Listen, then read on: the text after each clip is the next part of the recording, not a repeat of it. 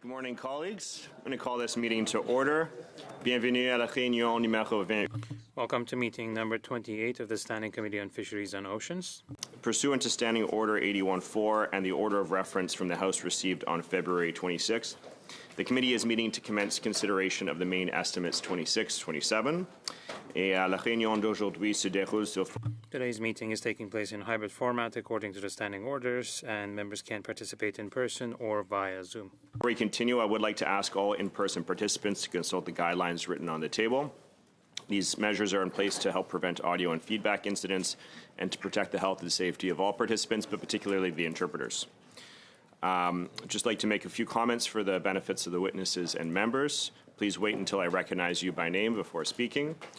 For those participating by video conference, click on the microphone icon to activate your mic, and please mute yourself when you're not speaking.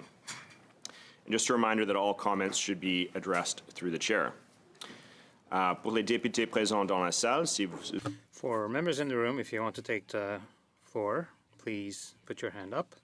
For members on Zoom, please use the raise hand function. The clerk and myself will do our best to keep a speaking order and would like to thank you for your patience.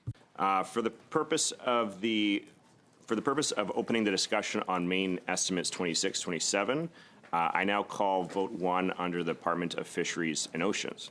With that, I would like to welcome the Honourable Joanne Thompson, Minister of Fisheries and Oceans, as well as Paul McKinnon, the very, very recently named Deputy Minister. Congratulations. Niall O'Day, Senior Assistant Deputy Minister, Strategic Policy, and Patrick Amiot, Chief Financial Officer.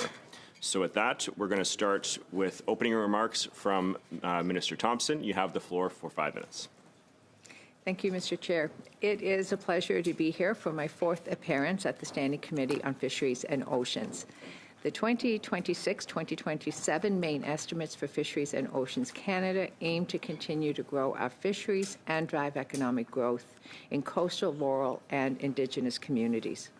One of the key items from the main estimates that I would like to highlight is $36.9 million in additional funding to repair and maintain small craft harbors. Since 2015, we have invested more than $1.5 billion in our small craft harbors in B-based funding. This is on top of the annual A-based funding. Our fishing harbors are the lifeblood of our coastal communities, and that is why we have made such serious investments.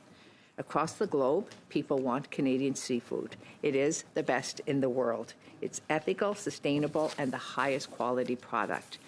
Canada's fish and seafood industry contributes over $8 billion to our economy and provides over 63,000 jobs. More than 100 countries around the world import Canadian fish and seafood. This sector is a massive economic driver for our coastal communities. Just last week, I led Canada's delegation to this year's Seafood Expo North America in Boston to support Canadian harvesters, processors, and exporters and ensure Canadian seafood is on the menu.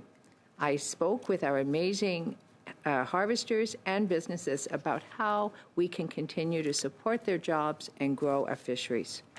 To build Canada strong, our new government is squarely focused on supporting the sector to drive innovation and expand markets to grow our economy. That is why our government has committed to renewed fisheries funds for Atlantic Canada, Quebec, and British Columbia. The fisheries funds unlock potential and help Canadian fish and seafood harvesters and businesses thrive in the face of shifting global dynamics.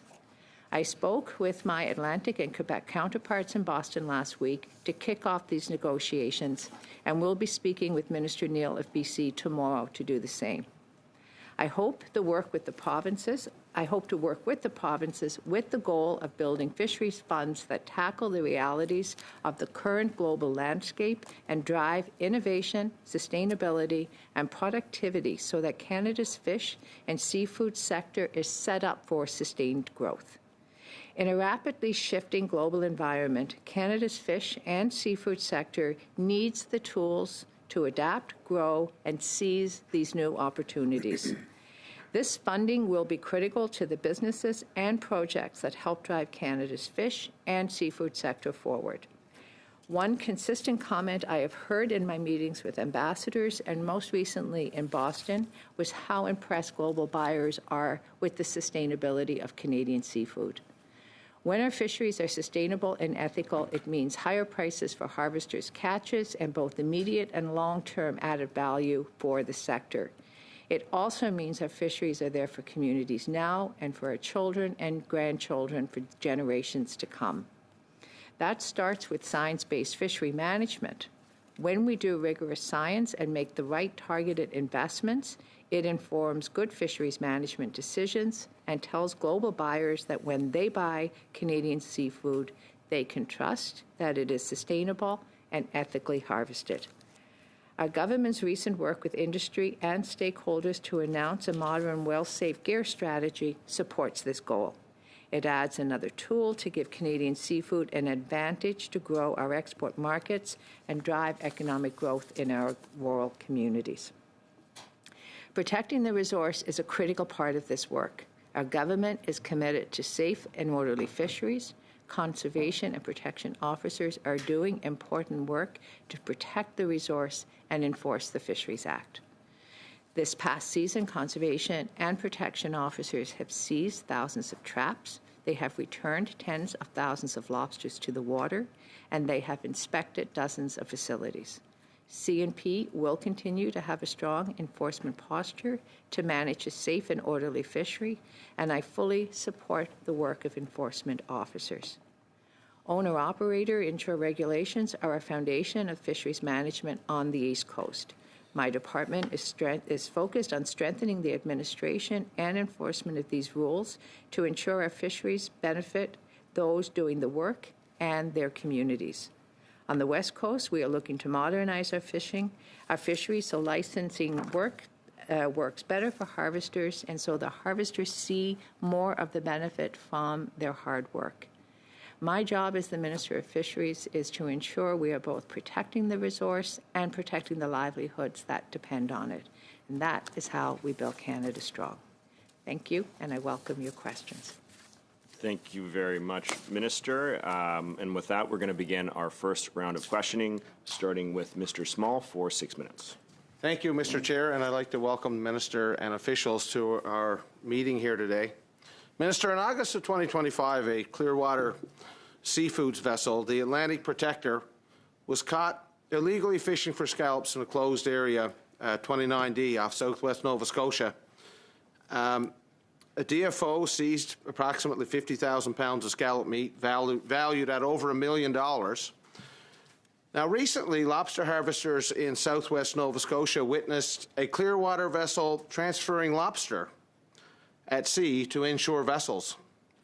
This is a violation of the quota that's used to manage the Area 1 lobster fishery. Minister, this vessel carries a tracking device, so your department knows where this vessel is at all times. Will you commit to prosecuting these poachers here today? Thank you. It's an important question, and as I hope very clearly stated in the opening comments, I support an authorized fishery, period, full stop, regardless of where that work is taking place.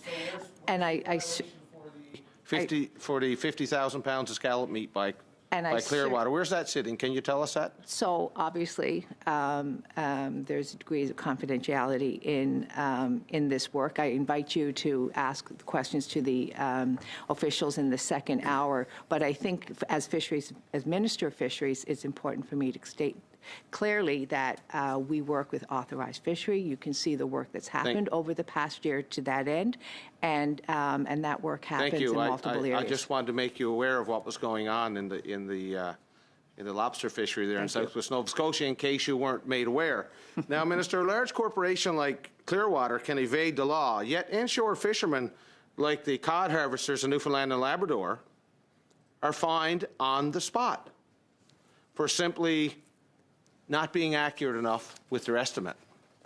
Will you commit here today to the inshore fishermen that you'll change this next year and not prosecute them for being a little off on their estimate, especially when they have quota remaining and that estimate is not putting them in a position where they're exceeding their quota? Will you commit to the inshore fishermen of Newfoundland and Labrador today to fix that for next year?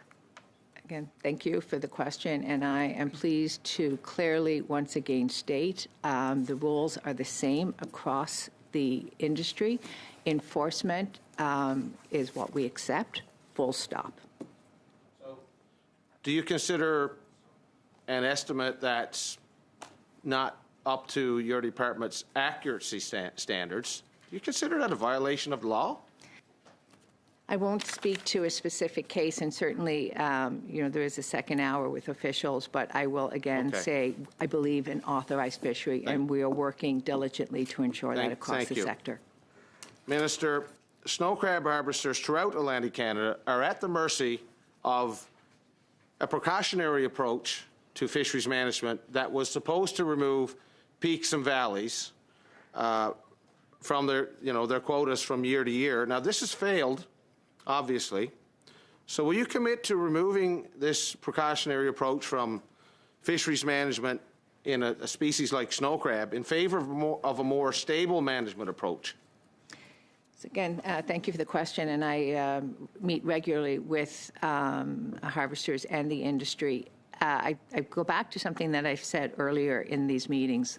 This is a science-based sector, but that work happens alongside harvesters, alongside industry, so that we ensure that the information from science matches the information from harvesters. When it doesn't, there's processes to find alignment, but at the same time, I also know the economic importance of the sector to communities, and we will work, continue to work in balance. So I'm going to get back to what the Prime Minister said last April when he said that he would listen to what he heard at the wharf.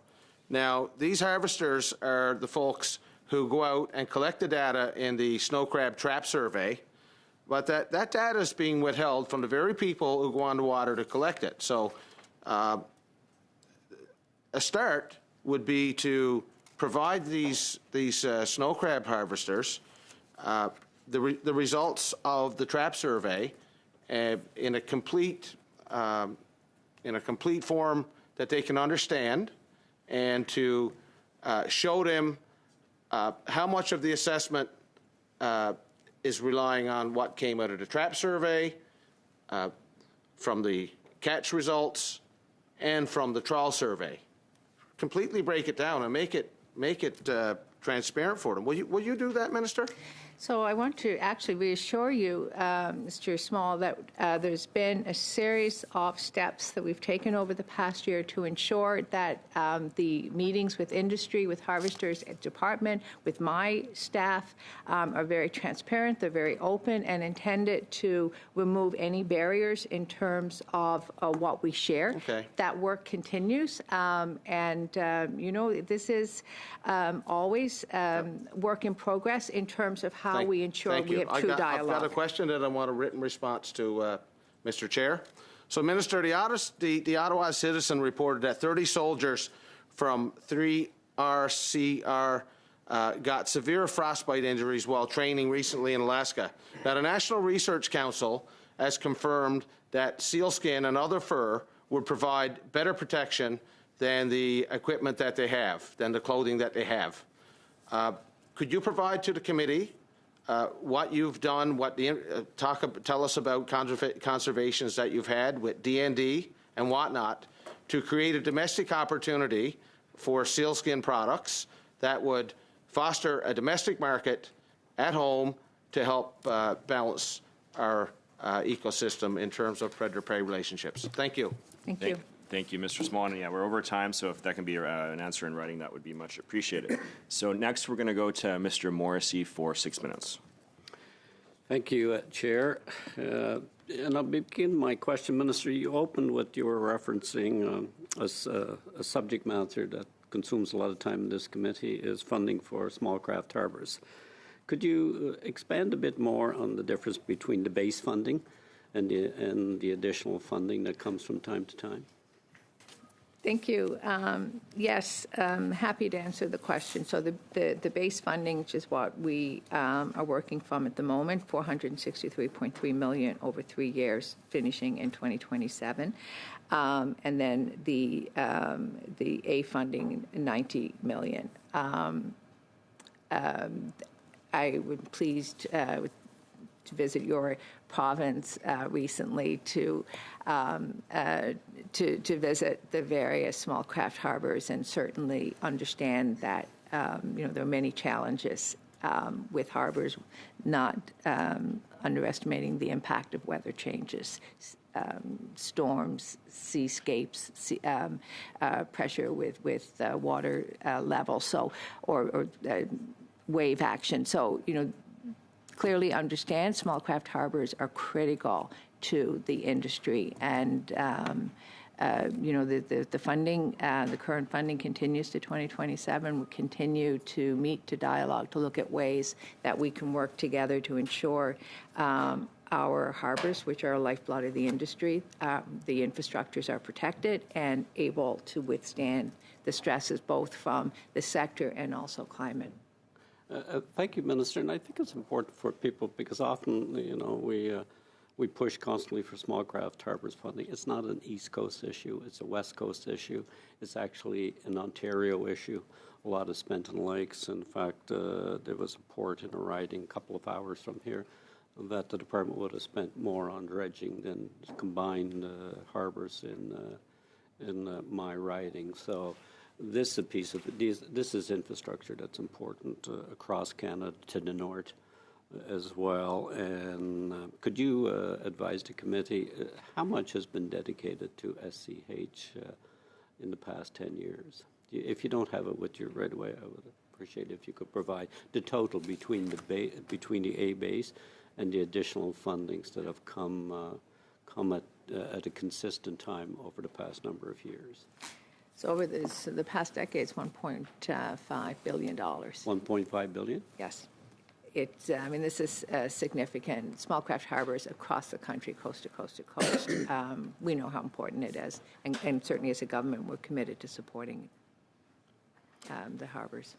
And Minister, you referenced the renewal of the Atlantic Fishery Fund. I'm not sure if the numbers were attached. Is it something you can talk about at the committee this morning? So I can't give specifics, but what I can say is the funding has been renewed. I was in Boston at the time, and my colleagues from Atlantic Region and Quebec were there. So we had a brief meeting, and I can share that there was a strong sense of cooperation and collaboration, understanding that this funding is not a continuation of the past 5 years, but an opportunity to look at the industry today, understanding what has worked well, what it is that we need to focus on, and then collectively and in partnership. And I think that's really important to understand, that it's a partnership and we address the opportunities and the concerns of this moment. Thank you, Minister. And I know there was a lot of lobbying and there was a lot of concern amongst provinces and fishers and the fisher organization about the AFF and whether it would be renewed. Was there I don't recall, was there a similar fund within the department prior to the establishment of the AFF a number of years ago? I looked to a colleague and it was told no, so... Okay, so this is all new money that's dedicated to the fishery in collaboration with the provinces in a host of areas. So that's a critical piece of maintaining from areas of market access as well as research on the key fisheries. You And when you were in PEI with me, we visited the School of Justice that trains the protection personnel now within DFO. Conservation and protection is the foundation of a successful fishery, regardless where it's at. And I can tell you, I've noticed a change in direction from the department on enforcement, on charges being laid. Could you elaborate a bit? Because I had asked a question a while back, but I don't think the answer was correct, on the resources that have been dedicated to this branch of your department and the number of personnel, additional personnel that was there after the department in conservation protection was significantly downsized by the previous government. Thank you. It's an important question. I think some of the details can be addressed in the second hour, but I can tell you when I came into this role a year ago, it was a priority. And working with the department, we have moved forward to support the very specific policy of authorized fishing only, period. And it was wonderful to visit the center in PEI and meet with the cadets. It was an impressive group from across the country, and their dedication was inspiring. And I will say, when I travel, and I have traveled the country coast to coast to coast, I meet with fisheries harvesters in each area of the country, and I thank them for the work they do. It's often behind the scenes, but they are making a difference. And collectively, it is ensuring that we have a safe and peaceful fishery. Thank you very much, Mr. Morrissey. Et prochainement, bienvenue. Up next, welcome to committee. Marilyn Gill, you have the floor for 6 minutes. Thank you very much, Chair, and thank you, Minister, Deputy Minister, Assistant Deputy Minister, and Director for being with us today. I will have many questions. A total of 10 minutes is not a lot of time. I'll try to make this quick. Now, you were talking about innovation and diversification and protecting the resources, and you referred to the fact that Canada is renowned internationally for its fisheries, its sustainable fisheries. But we see in the budget that there will be some cuts and compressions. Sciences are getting compressed, I think, because in 2015 we had additional budgets. We were very happy to see that, but now we're looking at compressions. So I was wondering what the reasons are behind these compressions, because you prioritized the points I made initially. Thank you. Thank you. I appreciate, actually, the question. Let me be quite clear. We value science. Science management is a backbone of all the decisions, so there is no cut in science. We do look at processes, we modernize. There are new technologies that we can employ, but in no way is this a step back from a science-based fishery management. So despite the fact that there will be changes in the budget and staff will be reduced, you're saying that you will be putting the same emphasis on the science and that it's important for you. So that's the first part of it. Will there be compressions elsewhere in other institutions that would be similar to the Maurice Lamontagne Institute in the Pacific region or in the Atlantic region? Are there compressions? So certainly the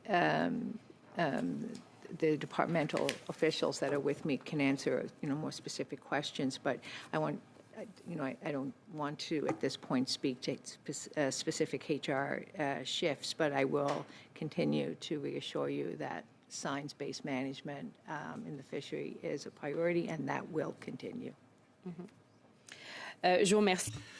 Thank you. Well, along the same lines, the Sentinel Fisheries Program in Newfoundland and Labrador, in Quebec as well, this was cut on February 6th. And these are programs that had been set up because the scientific data was not sufficient.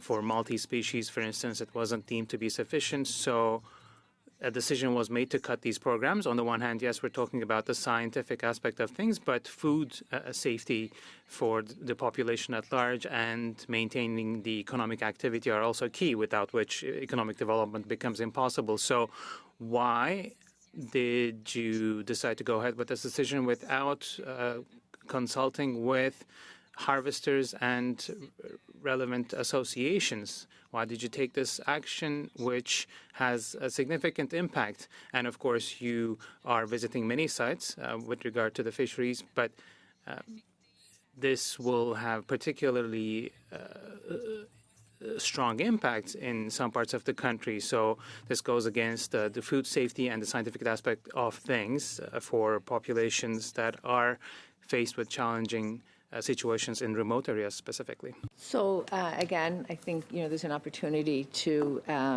ask officials in the second hour. What I want to reassure you that science is still core to this work. We can update science management. It's prudent to do that based on emerging technologies. But I also want to reassure you that we remain in consultation and dialogue with harvesters in industry. So in no way is it a surprise to industry when something changes. But it is about understanding that we have to evolve. And there are improvements in how we collect data, and we need to be able to ensure that our scientific information is aligned with the best possible information. But please let me reassure you, it is always in consultation. Madame la ministre, a coupé le programme. Thank you, Minister. But cutting the program will not let you get more information or collect more data. I talked to stakeholders, and they told me that they had not been consulted. They did not receive any information. They just received a letter, and they were surprised. And I'm also surprised. But you keep saying that we need to rest assured, but these programs are being cut, and this has a wide impact. That is why maybe it will be a good idea to really be in direct contact with these communities that are impacted. Maybe in the next hour you will ask me to ask the following question, but the departments, of course, are all interconnected. For instance, again, radio meteo program was also cut, and harvesters were not consulted, and they don't always have network everywhere.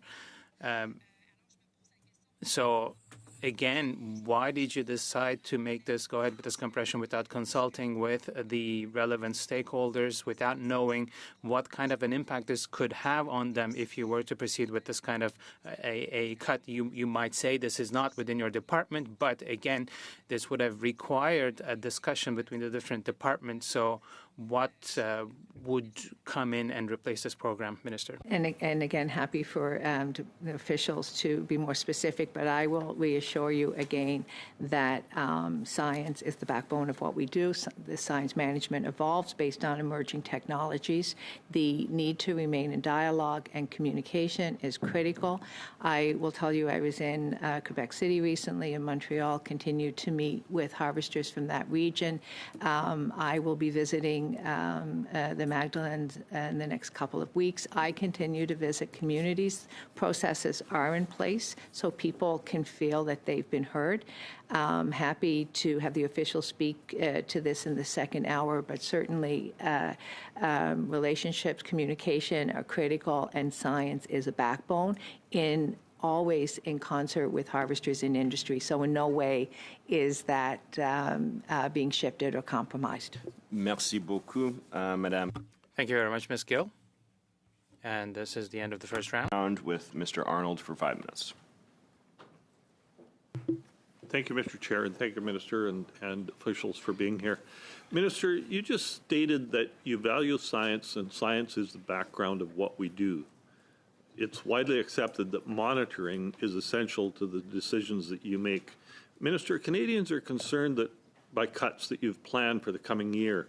A 2025 academic report, researcher Emma Atkinson found that almost 2/3 of historically monitored salmon populations have no reported estimates for 2014 to 2023, the worst decade for data since broad-scale surveys began in the 1950s.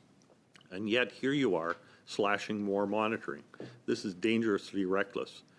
monitoring is an essential component of the wild salmon policy and in determining sustainability that you also talked about.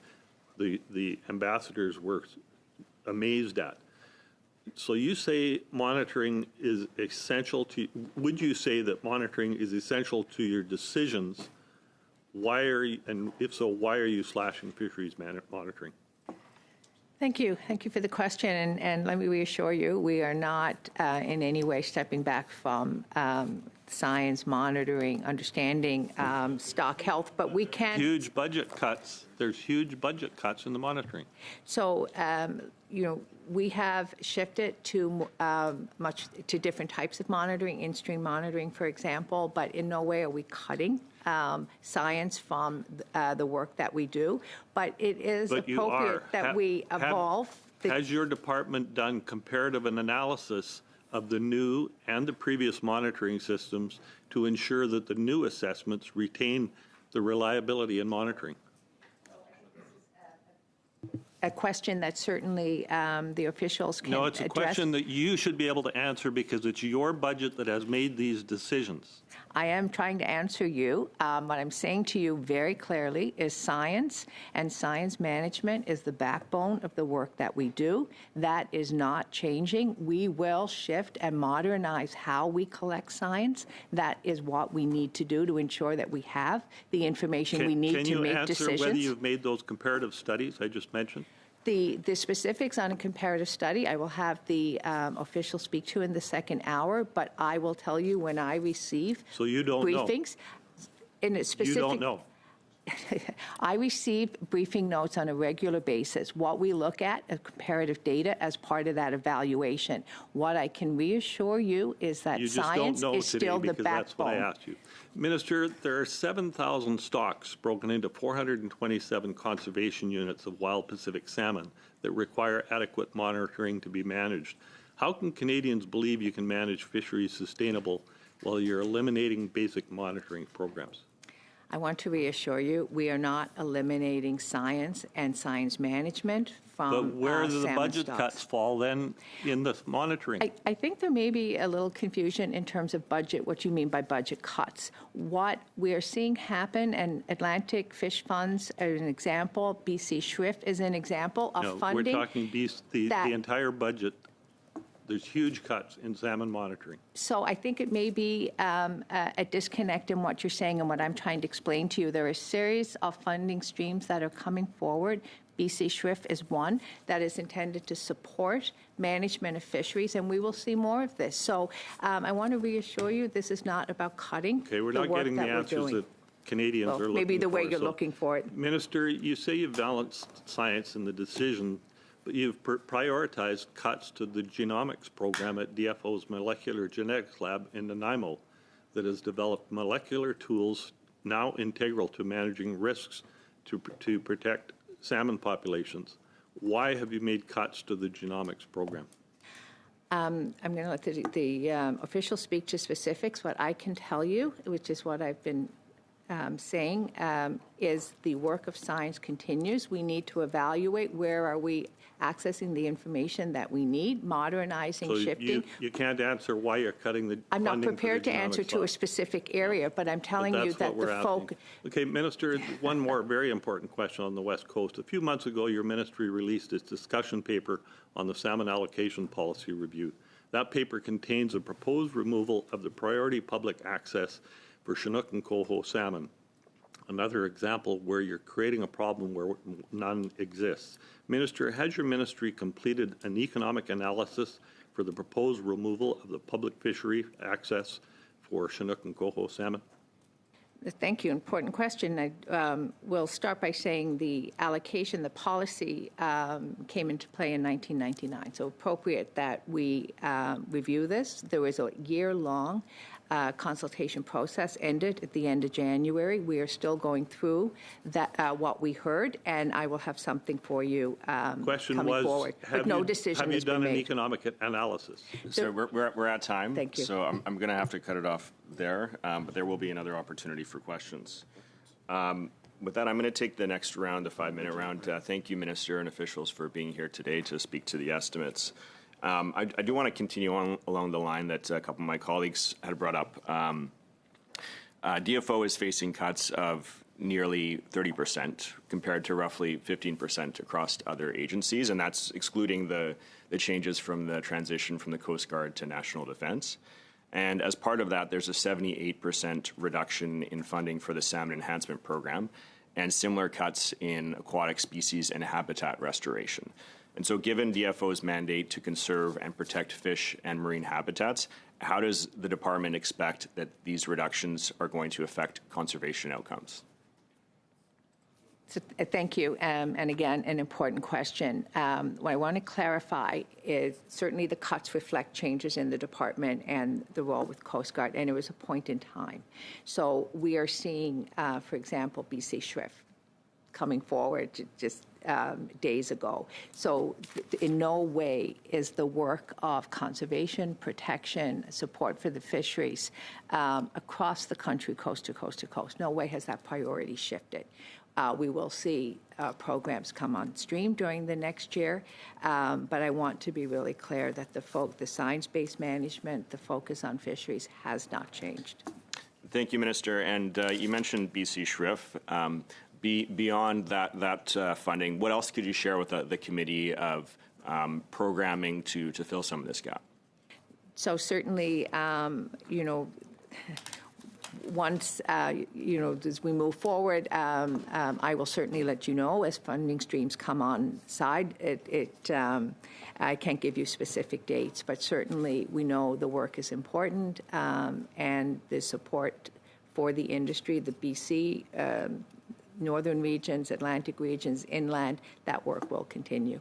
But I'm not able to give you timelines today.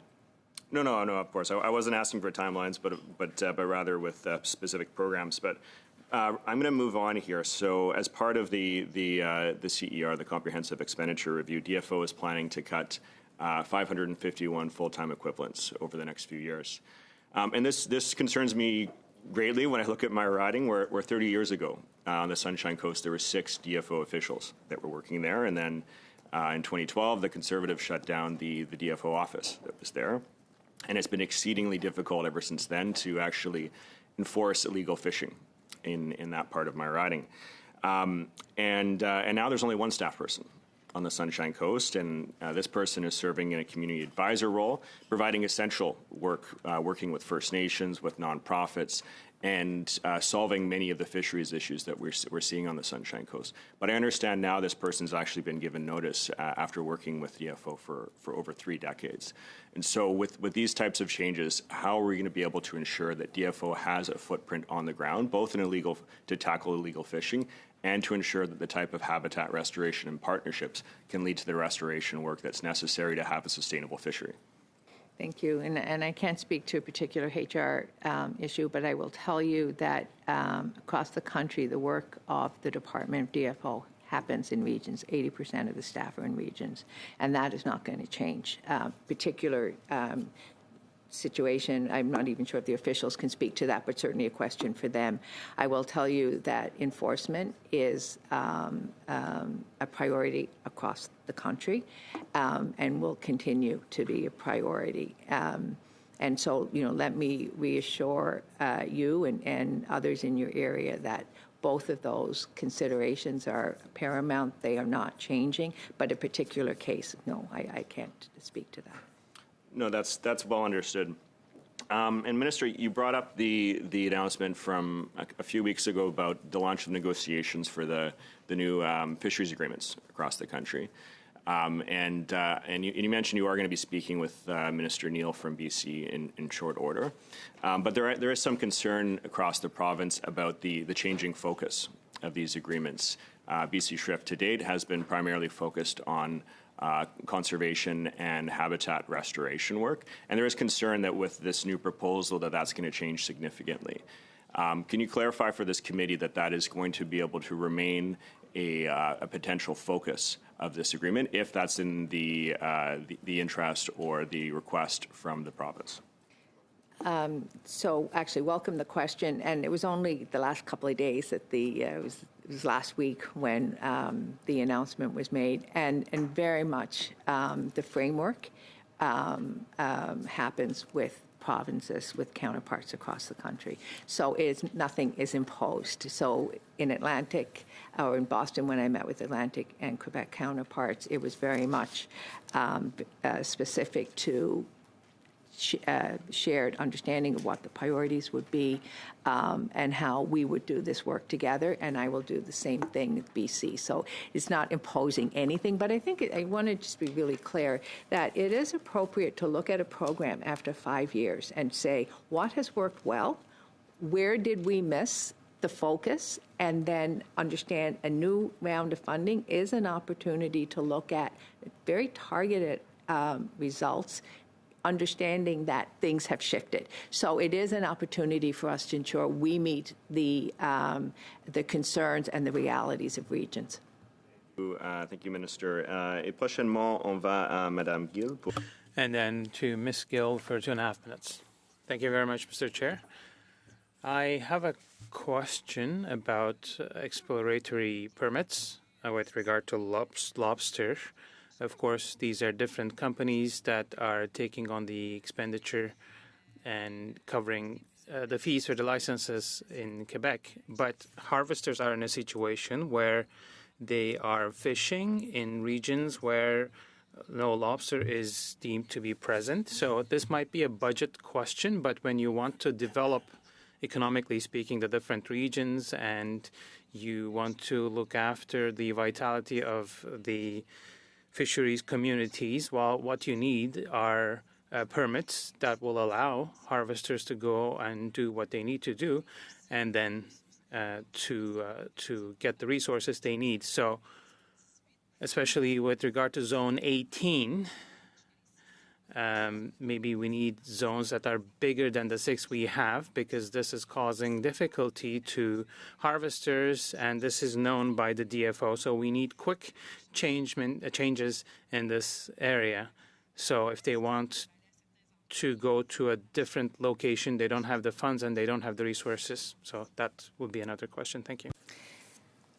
So I've met with harvesters in the region. It is an exploratory license, so science-based. We so it's a couple of years we collect data at the same time as providing access for harvesters who otherwise would not be able to participate in the fishery. And we will continue to remain in dialogue. We will continue to look at science, but pleased that we were able to continue for another season. But there is no data, and this is known by DFO, and there will never be data because they're not allowed to go out and get this data. So things really need to change. I think that's the main question. There's no lobster in those zones, so it's really not helping that much. One last question. Transport Canada owns some installations. Previously, there were no routes, but communities such as Notakwan, indigenous communities, they want to make use of this wharf, for instance, and this could be included in the Small Craft Harbors program. And indigenous communities, First Nations, are also asking for this. So the Bay John Beats community, and it is there should be maybe additional efforts to diversify economic activity at this location. Thank you. We remain in dialogue. we remain in dialogue. And I just touch on, when we evaluate catch, that's also a source of data. So we always collect data, and that's the reason for the partnership with harvesters and industry. It's all important at understanding what the health of a stock looks like in the region. Merci beaucoup, Madame Gill. And thank you very much, Ms. Gill. Mr. Gunn for 5 minutes. Minister, the last time we spoke, you accused fishermen of spreading misinformation relating to MPAs and the government's plan to close significant areas of BC's coast to fishing. And yet, we recently learned from Kathy Graham, the DFO Director of Marine Planning and Conservation, that your government is still planning to implement the UN's 30 by 30 framework, and that the department's previously released drafts, the ones that showed massive closures along BC's coast, were still the basis for what is planned going forward. So my question for you, Minister, is would you like to use this opportunity to apologize to fishermen, their families, and coastal communities and acknowledge that, yes, the government is planning to close areas of BC's coast to fishing? What I will say to you is what I said the last time I was here. I believe we can do both. I believe that we can move forward with conservation sustainability. What do you mean by and do both? What do you mean by do both? At the same time, if you could allow me to finish, at the same time, we support fisheries. We can do both in marine protected areas, and I certainly will work to ensure both happen. So I appreciate that your argument that there are no trade-offs in this. I obviously disagree, but what I'm trying to get on the record, because we've had deflections and evasions on this question, is the department planning to close areas of BC's coast to fishing, yes or no? And do you acknowledge that marine closures have real economic effects? What I will say to you, which is what I've just said, marine protected areas enable us to have conservation sustainability for the next generation, but also maintain fishing. Okay, I appreciate and we can that, do but both, and it's important that we do both. I'm not able to say more than that to you, so no, I'm not going to answer So you the can't other give question. a yes or no question? Because the it's Kathy about Graham balance, told sir. us. It's about balance, and Okay, we can do that's both. fine, but I'm asking you some simple yes or no questions so we can get a framework for what is happening. Yes or no, is the department planning to close areas of fishing off BC's coast as part of the marine planning area plan? Yes or no? The officials are going to speak in the next hour, so You're you're not welcome planning to to close ask them. areas? What I will say to you is that I believe in marine protected areas we can do both. We can support fishing because But that are is you an planning economic closures? driver. Are you planning closures, yes or no? I can answer That's what what I marine can planning answer. areas are. They're closures. You can ask They're the not jet officials ski in the parks second or hour. people are going water ski. What are they? They're closures by definition. What I believe is we need to have conservation, sustainability, so the next generation are able to also participate in fisheries. It is our Look, rural, I understand all that. I'm just trying to get a simple yes or no answer out of you. You're trying to bait an answer, and I am I'm just telling trying to you, get the truth. we can do both.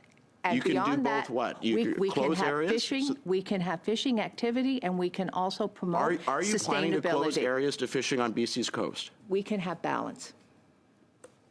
Balance of what? So a balance of closing areas and still having that's the entire point of marine planning areas, is to close, to restrict access for various forms of fishing in various areas. Do you agree that is the point of marine planning areas? We can circle around this for the rest of the time I have today, but I will answer exactly the same way. Are you still using draft scenario 2 as the basis for marine planning areas planning framework, as was reported by your Director General, Kathy Graham? Yes or no? You're welcome to ask these questions to officials in the next hour. I will answer the same way. We need to have balance. We need to maintain conservation sustainability, So and we you're need to considering support. adopting the UN 30 by 30 framework without closing any areas to any forms of fishing whatsoever? I believe we need balance. You're evading the question. I'm asking a very simple question. I'm answering in the capacity No, you're not. of You're Minister not of answering the Fisheries. question, Minister. We can do both. You're not answering the question. You can sit here and say, I am going to close areas of fishing, and I believe it's in the best interest of Canada. But you can't sit here and just not tell people the truth, not tell fishermen the truth. So why don't you just acknowledge on the record that you're planning to close these areas to fishing? You just don't want to hear what I'm saying. We can I know, have. you're evading the question, trying to prevent yourself from going on record, acknowledging what everyone knows to be the case, which is large closures are coming to British Columbia's coast over the next few years if you want to meet the UN's 30 by 30 framework.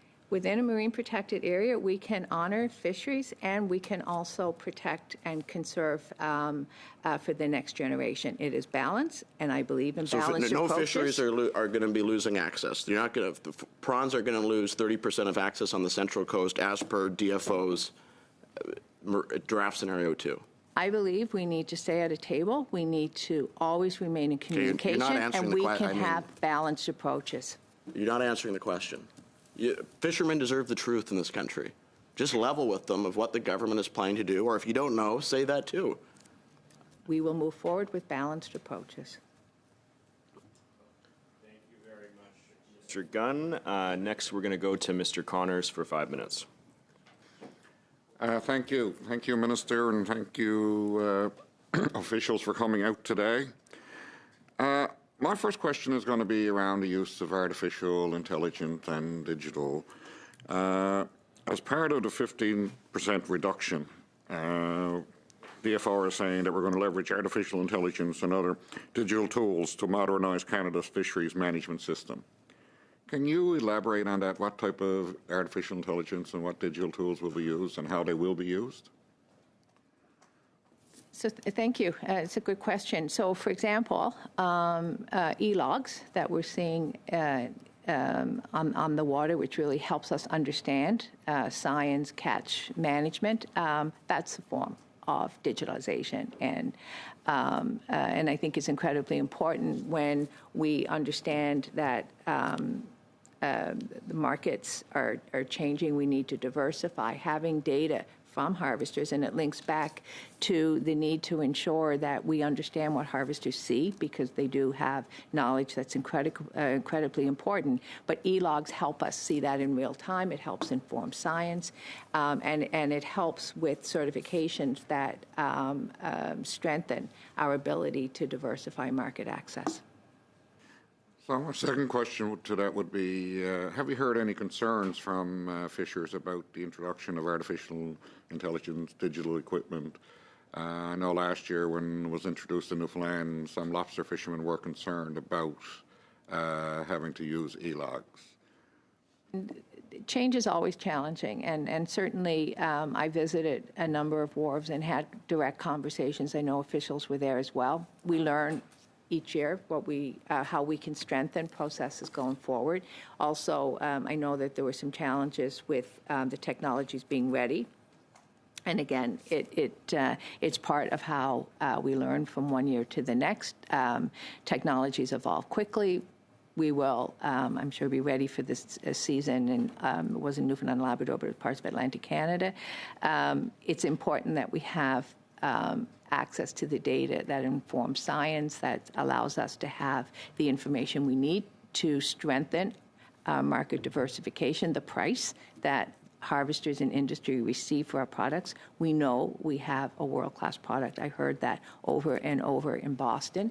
And so certifications ensure that harvesters industry receive the highest price for a product that is world-class. So, it's fisheries management and its input in science. So it's a positive, but we'll continue to work with harvesters so they are able to use the technologies in a way that I think has a positive outcome for all involved.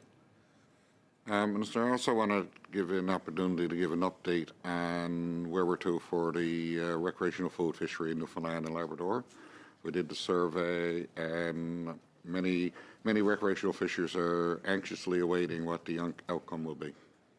Thank you, and I'm really pleased with the response to the survey.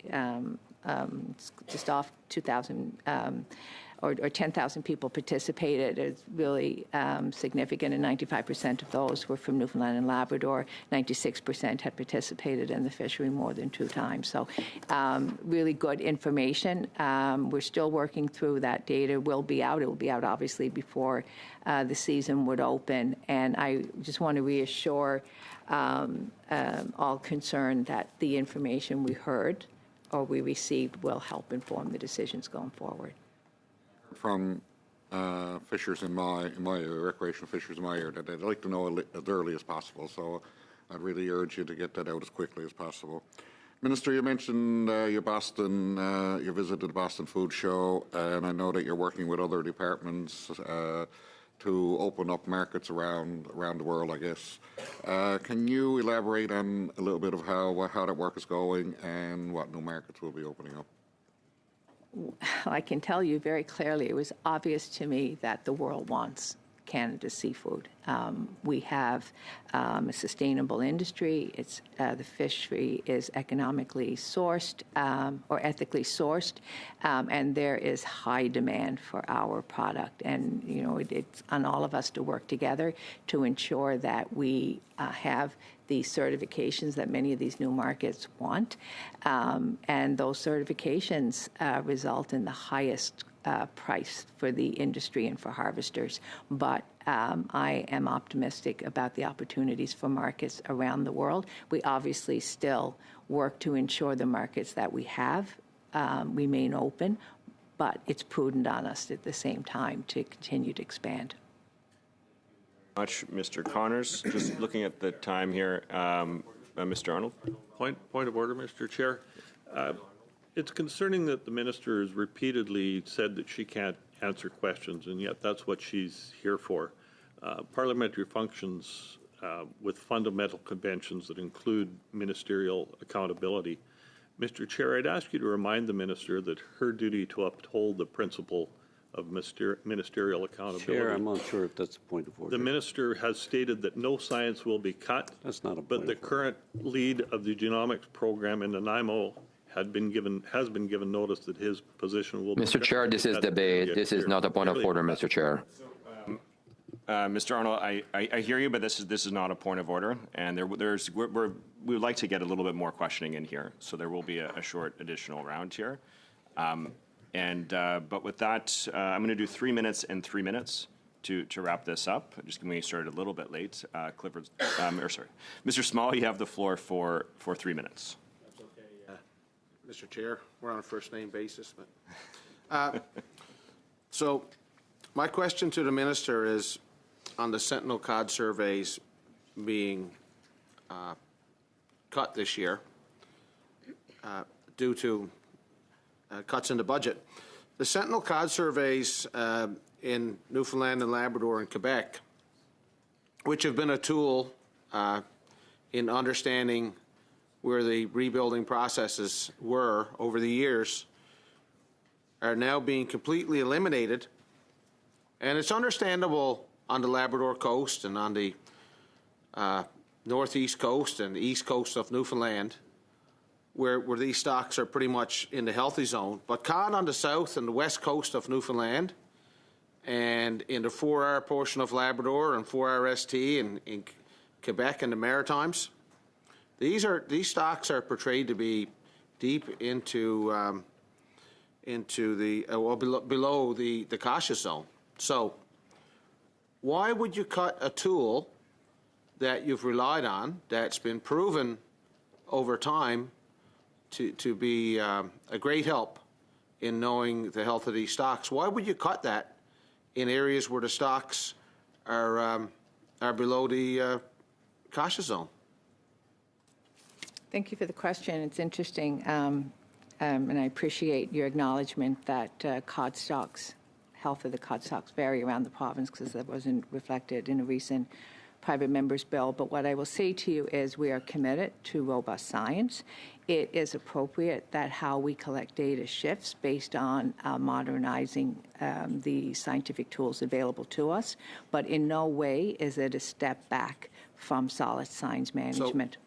So if there's no commercial fishery, if there's no Sentinel fishery, if there's a limited recreational fishery to just weekends, and we have to rely on DFO science, which has been proven to be a bit dodgy over the years, how are we ever going to get a picture for the fishing industry of what's accurately in water? There's no decisions have been made around recreational fisheries, as you know. I mentioned that a moment ago. What I will say to you is science. Why would you cut that Sentinel program in areas that still need it? Robust science is critical to fisheries. That is not changing. The methods that we use to collect data shifts based on modernizing So it's becoming less robust. You just said that you need robust science, but you're making it less robust. I can assure you science around cod is robust and will continue to be robust. Thank you very much, Mr. Small. We're going to conclude with 3 minutes from Mr. Morrissey. Chair and Minister, I will give you the chance to answer the questions that I have. The oyster industry in PEI is facing a crisis, and all indications are it will spread to neighboring provinces. And this industry will depend heavily on the Atlantic Fishery Fund as one example. for support programs going forward. I know you're well into working on some of those. Could you just briefly, because then I want to pivot to Mr. McKinnon, we don't often have the president of CFIA before the committee. But if you could just comment briefly on how the department is preparing to support this vital industry, and we should all be confident that there will be a future if we get the steps right. So let me begin by saying I have met with the industry and with harvesters, and I know how difficult this is. And back to the newest version of AFF, and it not being a continuation of what happened in the last 5 years, that is an example. That the need to look at current state is an example. Oysters are one example of why that's so important. Circumstances change, markets change, health of a stock changes.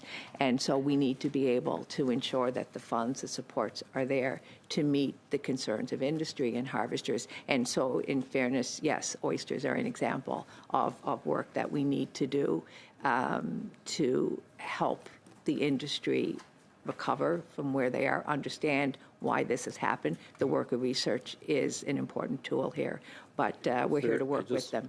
Okay, thank you. I appreciate that support. But on this one, science is going to be vital. There is a future. Areas have shown outside of PEI that the industry can rebound and thrive. But we have to depend heavily on science to get it right. So, Mr. McKinnon, can you update to the committee where CFIA is at with all the extensive tests you've been doing as to the ability to import seed to PEI, oyster seed? Yeah, Mr. Chair, I'll say a few words, even though I'm officially not at CFIA now. Okay. We're working very closely with the industry on PEI, and including with Atlantic Aqua Farms and UNDA, as you may know. We're doing a scientific risk assessment now at CFIA. FO side, then that's fine. Go ahead. Yeah, well, just to sum up, the scientific risk assessment from CFIA should be done very shortly, and I think you'll be seeing the fruits of that work within a very short period of time. Thank you, Chair. And with that, that's going to conclude our first panel. I would like to thank the Minister for taking the time to meet with us, as well as the departmental officials. I'm going to suspend for a few minutes to allow the Minister to depart, and then we're going to continue questions to officials for the second hour shortly.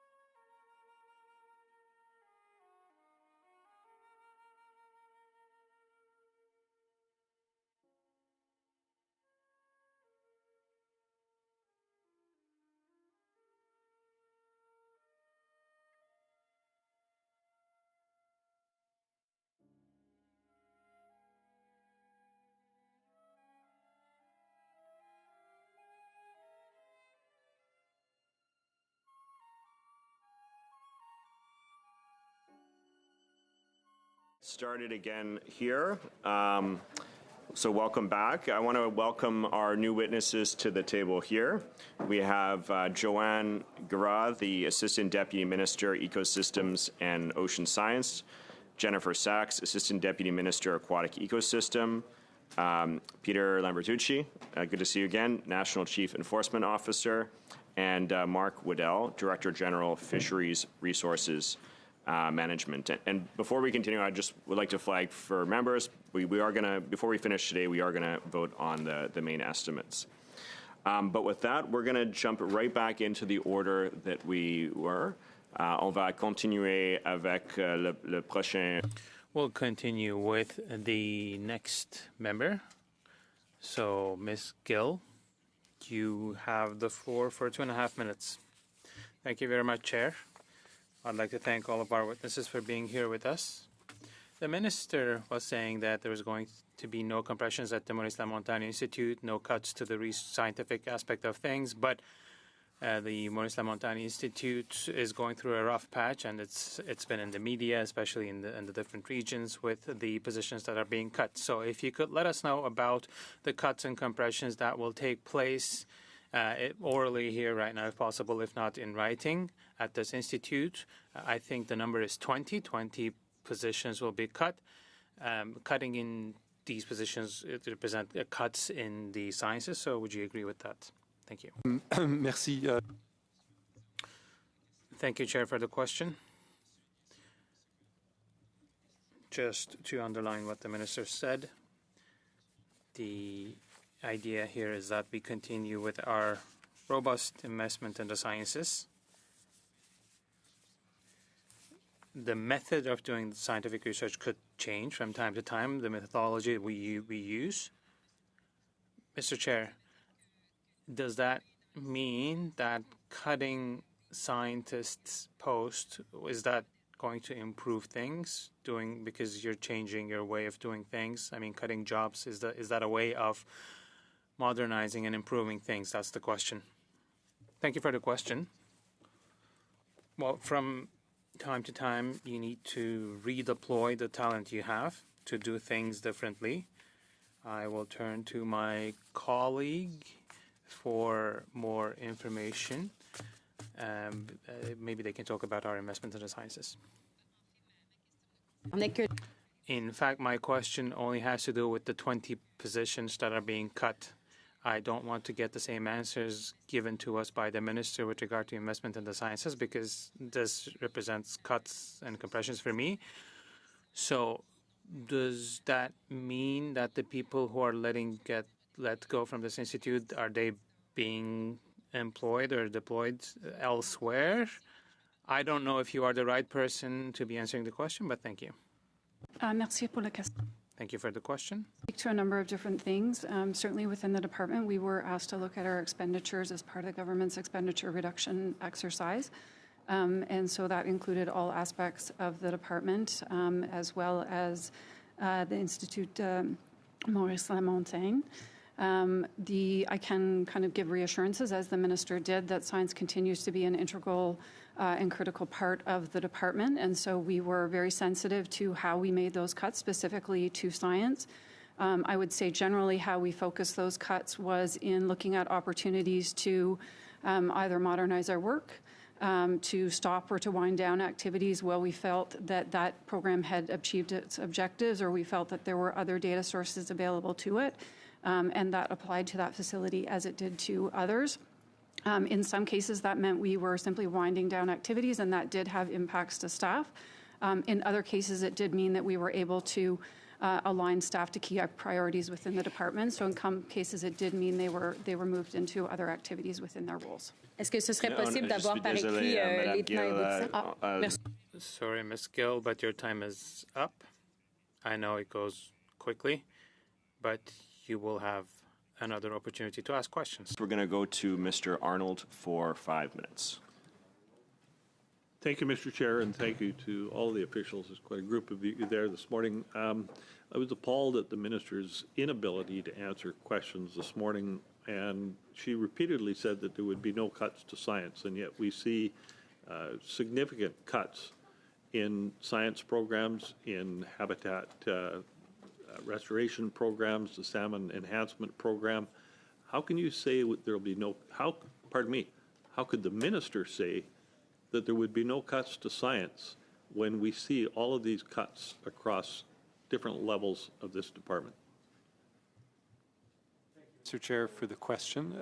To perhaps explain what we see in the mains, which of course is the topic of our conversation today, there are shifts in spending seen from mains to mains that are reflected in what's before the committee today. But of course, a number of our science programs receive significant investment through various temporary programming, which can be reflected in both mains and supplementary estimates decisions throughout the year.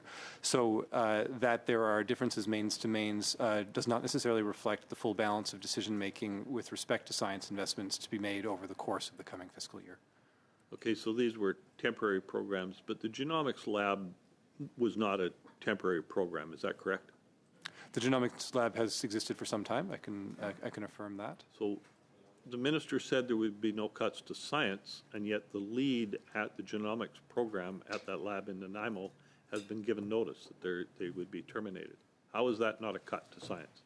Explain that, square that circle. Absolutely. For me and for Canadians that want to know.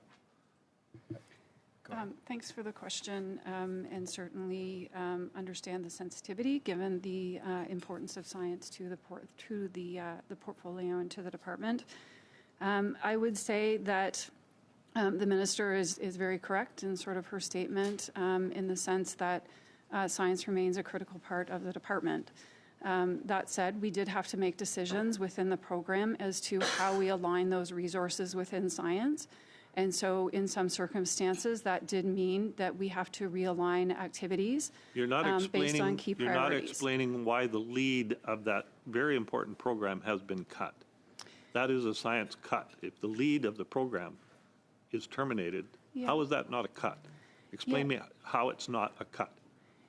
Yeah, I would say kind of a couple of things to respond there in terms of information. So first of all, I'm not going to speak to the circumstances of an individual. Those are very personal decisions that have great impact to our employees, and this is not the forum where I want to communicate that information.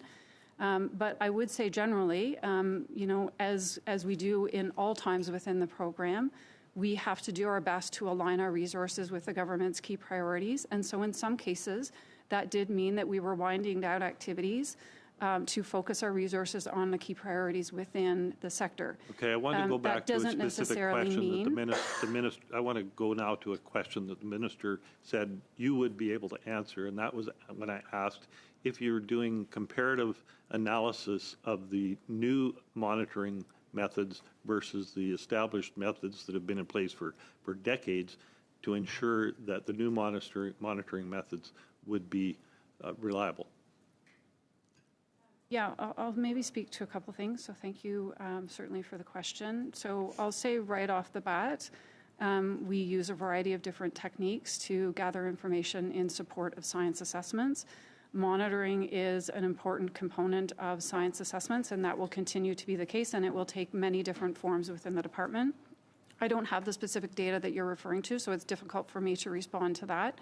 I'll give you the specific data. You've had StreamWalk monitoring cuts because you're going to new AI systems, is what we've been told.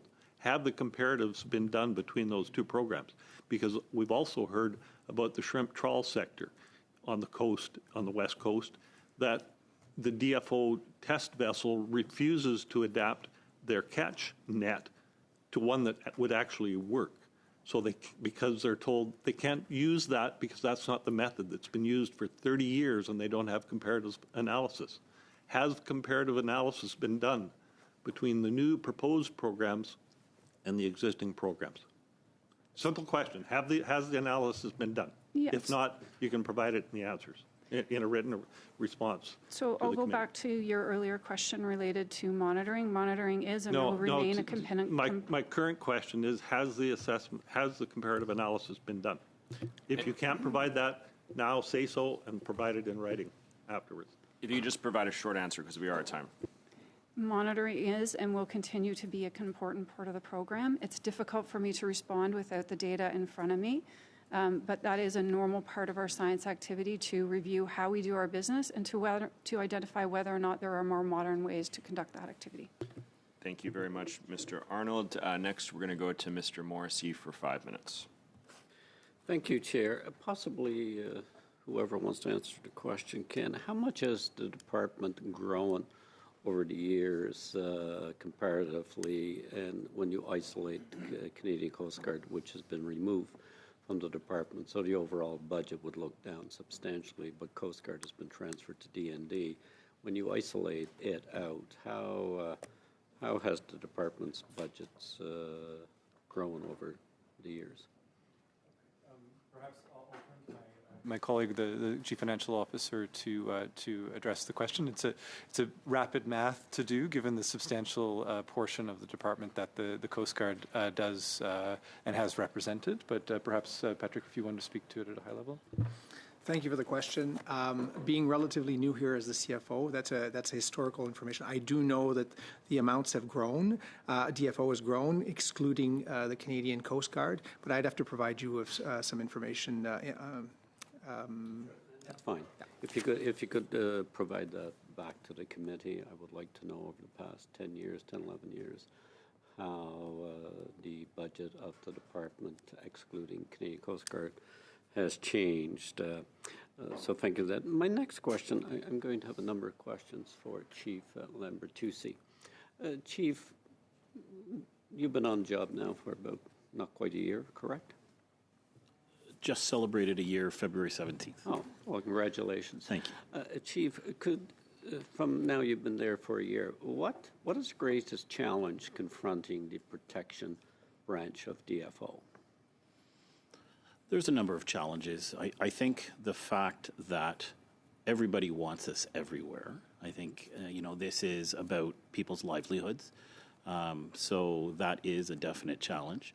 But we use very intelligence-supported and data-driven priorities to allow us to be in the right place at the right time. So we're capable of working within those guardrails. Could you advise the committee how you would see, because from intelligence and data, the world is changing quickly. We see that in areas of conflict versus, and some of that technology could be adapted to areas that require oversight and protection. Do you see that as an area that will allow the department to provide more timely surveillance as it relates to protection without incurring what would have been an exorbitant cost? Thank you for the question. We are in the process in CMP as going through both a digital transformation and a business transformation to economize and maximize what is available to us. Specifically to your point about digitization, this is going to be one of the greatest enablers that we are investing in.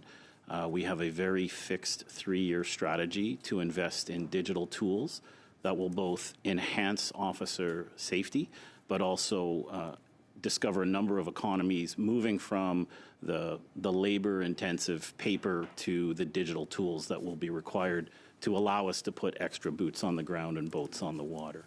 So these things would include things like drones, body-worn cameras, VMS on the boats, enhancing our networks. You make a valid point. Everybody wants to see a uniform when they're doing things right. The opposite occurs outside of that. But it's extremely important that the men and women who serve in uniform, protecting the resources of this country, feel safe. And because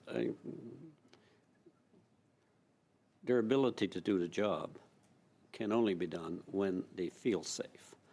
So could you expand on this a bit more, how the department is ensuring not only the people power, but the safety and protection of those officers in the field of action?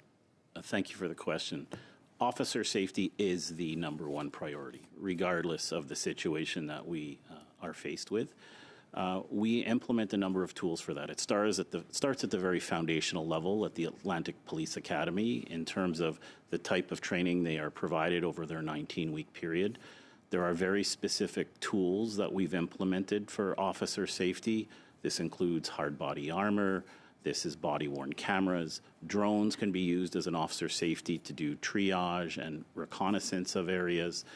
We've also invested in a learning management module, so we provide very good and clear guidelines and policies for our officers on a continuous learning perspective, and they're allowed to go in, or they go into that learning management module for in-service training around areas on standard operating procedures, guidelines, guardrails. All of those things are implemented in one digital package.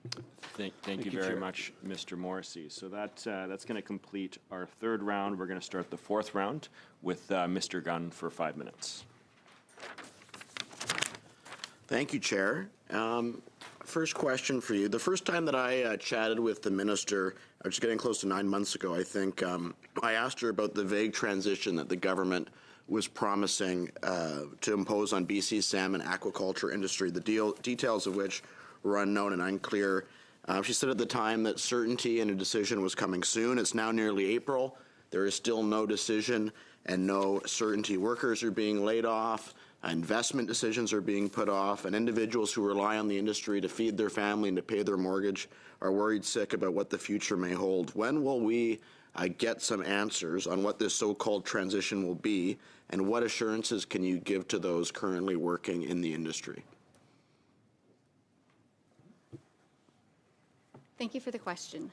I think the key points here to make are that there's been interdepartmental work, and as the ministers previously mentioned, an interdepartmental task force that has been set up, undertook extensive engagement, over 120 engagement sessions with various fishermen, industry, do we have a timeline at all? That consultation engagement has happened over the course of the past year. We've been hearing about the potential impacts on the aquaculture. We've been trying to get a deeper understanding from First Nation workers. Still no timeline for a decision? That analysis continues, is underway. So can you guarantee that farms will be allowed to operate beyond 2029? At this point in time, the analysis from those engagement sessions continue.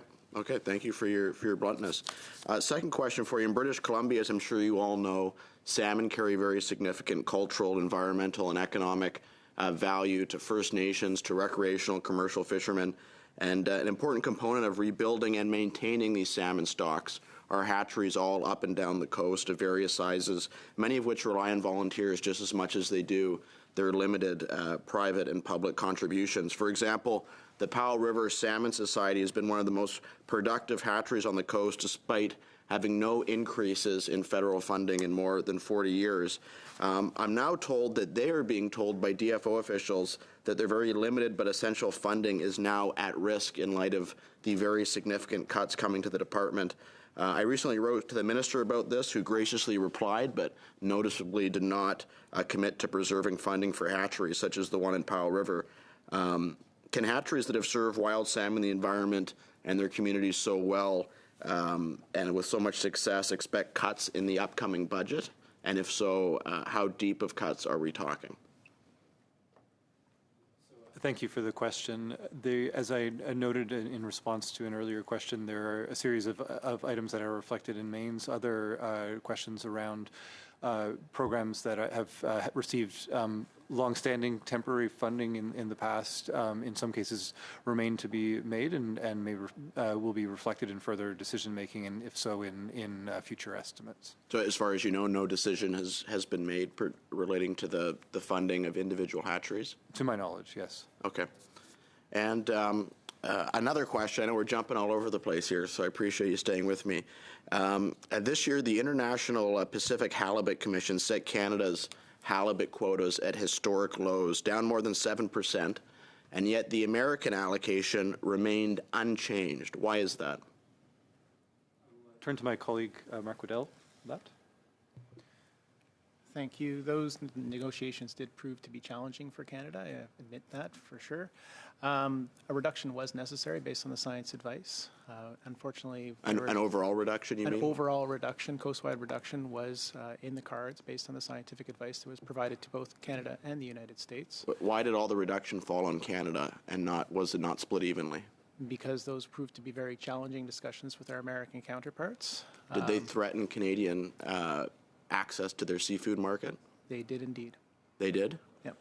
I mean, does it seem like we just rolled over and took it then? I mean, you said challenging negotiations, but it seems like we just took 100% of the cut and the Americans took nothing. That doesn't sound much like a negotiation. Those negotiations will continue over the course of the coming months and years, and we do expect that we will not necessarily have the same outcomes in future negotiations. Okay.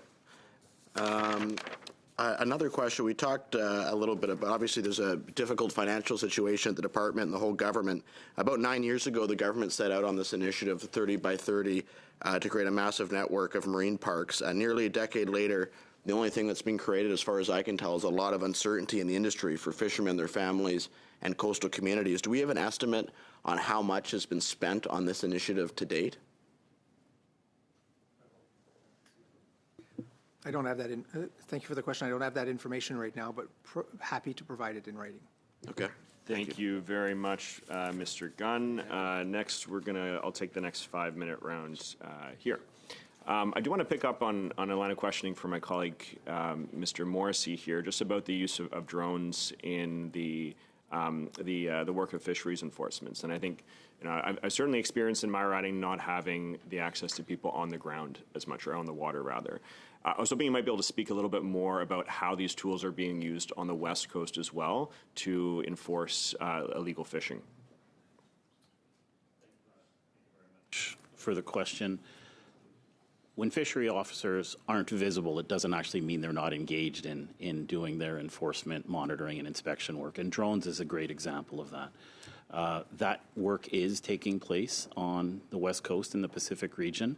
We have a number of pilot operators that fly drones for that purpose. In terms of our presence, we are on land, we're on sea, we're in the air. So if it's not a drone in Pacific region, it could be an aircraft, it could be a patrol, it could be a high visibility patrol, it could be a walking patrol. So there's a number of tools that we use that are at our disposal. I'd also like to just talk about a little bit the interdepartmental dependencies that we have on every coast to coast to coast. It is just not DFO, CMP that does the work. We have a number of interdependencies with partners that also facilitate that work. So again, when we're not visible, we're still very much engaged in quite a profound way.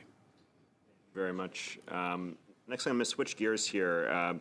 The estimates have a budget for the support of asset disposal programming and an increase of 278%. Maybe this is a question for Mr. O'Day. What specific programs, vessel removals, or operational targets are going to be met with this? And particularly, does DFO have measures focused on things like abandoned and derelict vessels as part of this increased funding? So DFO, as colleagues will understand, is responsible for a fairly massive infrastructure nationally in respect of both small craft harbors and other facilities, equipment, etc. So the asset disposal function will be for activities related to the disposal and management of things like vessels that need to be decommissioned. It may be for harbor components of harbor infrastructure that need to be decommissioned or replaced, and for other assets such as the equipment that's found within scientific laboratories that may come to its end of life at a certain stage and need to be replaced at that moment. I can turn to the CFO if there's any more detail on that, but I think that at a high level responds to the question. Was there anything you'd like to add? Sorry, I didn't catch that. I apologize. No, the answer, I have nothing to add unless you have a specific question. Thank you. Ms. Garra, you mentioned that the DFO is winding down research and monitoring activities where they've been deemed to achieve their objectives or where alternative data sources exist. There's also been discussion about using new methods. I think the digital logs was mentioned, artificial intelligence, but I think also I've read about the use of eDNA in terms of scientific monitoring. I was hoping you might be able to speak a little bit more to that type of work, as whether that's a supplement or to replace some of the work that's being done through more traditional methods. Thank you for the question. It is within science. We continue to evolve. We continue to look for opportunities to introduce new technologies. Environmental DNA, or eDNA, as you referred to, is an important component of that. We have certainly used it in a number of different settings, and we hope to continue to explore different opportunities for it. whether that's through stock assessments, whether it's through trying to identify information for species at risk or for invasive species.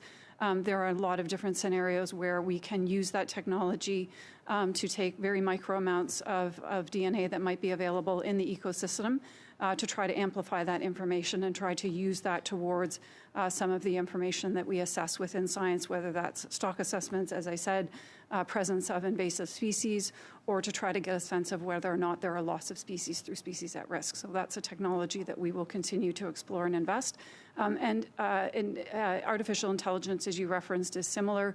We continue to explore within the science program a lot of different opportunities to introduce that technology to improve our science assessment processes across the board. Just last quick question here. What changes do you foresee for in-river monitoring as a result of the changes that are in the estimates here? We don't anticipate significant changes to in-river monitoring through the changes that we have proposed as part of government expenditure reduction exercises.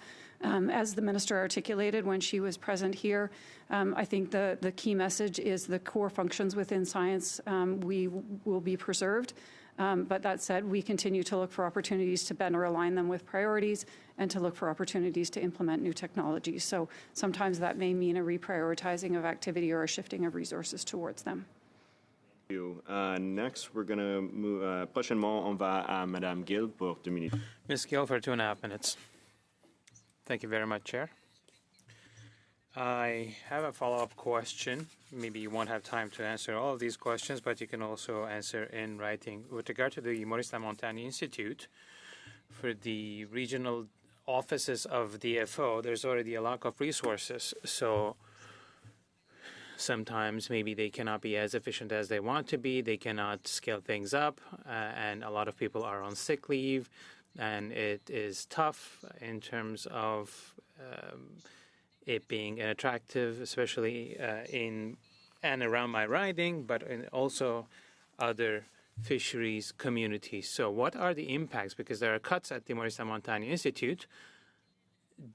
Do we know what the objectives of the department are? What exactly will be cut? Where will the cuts be made? And when will these cuts be made? And are there studies, evaluations, assessments that have been carried out with regard to the impact of these cuts? Now, I understand that some of this will be through attrition, so it will be less visible, but it will make the workload heavier for the remaining staff. So where will this be done? When will it take place? And what impacts are you expecting? And again, what's the rationale behind the cuts at the Maurice Lamontagne Institute specifically, but in general terms across DFO, not the Canadian Coast Guard? Could have been, but your department. Thank you. Une minute pour que... I just want to underline that 80% of the department's staff are across the regions, and it's a significant resource for the department. And when we look into the expenditures, we focused on maintaining the core capacities across the country. Would you, of course, recognize that these activities are throughout the regions? I don't know if my colleague would like to add some elements to this. Thanks, merci pour la question. I don't have a lot of additional information to add, and certainly within the department, we're happy to follow up and provide more information on cuts that we made within the department and how those specifically apply to science. But I think the important message for EML, as it is with all of our facilities, we are not expecting a significant impact to the core activities of science that we do within those facilities. Merci beaucoup, Madame Gill. And next, we're going to go to Mr. Small for 5 minutes. Thank you, Mr. Chair. So my question is to Mr. O'Day. The Mactaquac, New Brunswick, and Coldwater Atlantic Salmon Live Gene Bank programs are being discontinued because of cuts in this year's budget. Now, most Atlantic salmon runs are in the critical zone, and many consider Atlantic salmon as a whole to be endangered. So why would you take something as precious as our Atlantic salmon and use that species to be part of the cuts in this year's budget? Thank you for the question, and I will allow colleagues to add, but I will start by saying that we definitely recognize the importance and priority of Atlantic salmon. That's why just over a year ago we released a wild Atlantic salmon conservation strategy to align the department's efforts with partners to ensure the conservation of Atlantic salmon. Within that, and that has been a framework for decision making for the department. I understand. You know, I understand your good intentions. However, I don't know how shutting down these facilities fit into a rebuilding program. So I can certainly invite my colleague to speak to how we're realigning our activities in that regard. Merci pour la question. I'll say kind of a couple things. Certainly understand, you know, public perception in relation to these facilities, and nobody likes to see cuts, and understand that that's a sensitive issue, particularly for salmon. As my colleague articulated, Atlantic salmon continue to be a priority for the department, and you're right. We have seen reductions in wild Atlantic salmon populations for many years. I've got a question for you. So, the sports fishing industry and most of that salmon in British Columbia is worth $1.1 billion to the economy of BC, or actually now I think it's up to $1.25 billion. But there doesn't seem to be much will to grow the contribution of the Atlantic salmon to the GDP of Atlantic Canada. What's the difference? I guess what I would say to that is decisions regarding the facility shouldn't be perceived as a reflection on our value of Atlantic salmon and our willingness to continue to conduct science activities and to conduct other activities in support of rebuilding that population. But we did have to look, when we made cuts within the programs, to look at whether or not programs were continuing to meet their objectives. Okay. And that program, from our perspective, despite many years of investment, was no longer achieving its objectives. Thank you, Ms. Gura. If you'd like to add more to it by submitting a written document, you can. To Mr. Amiot, okay, $1.6 million has disappeared from the small craft harbors budget with no explanation on that line in the budget as to what will be eliminated by the $1.6 million cut. There are people in small craft harbors, to the various, and these folks are all volunteers that run the small craft harbors programs in the various harbors. They're wondering how the $1.6 million cut is going to affect them. Thank you for the question. I'm trying to find my information here. Where you're referring to is I believe it's the grant for disposal of $1.6 million that's being reduced, but at the same time, the contribution for disposal and restoration of small craft harbors has increased by $1.8 million. To details on the differences and all that would be I would share that. I would ask my colleagues to make. Well, that's okay. Thank you. I'm getting back to the cuts in the Sentinel survey for codfish in the Gulf and in the Newfoundland and Labrador region. And the minister just spoke of a need for more robust science. So we don't have a commercial fishery in most of these areas. We don't have, well, we have a very, very limited recreational fishery. And now we don't have the tool that we used to have that was known as the Sentinel fishery. So if we hadn't have had these things in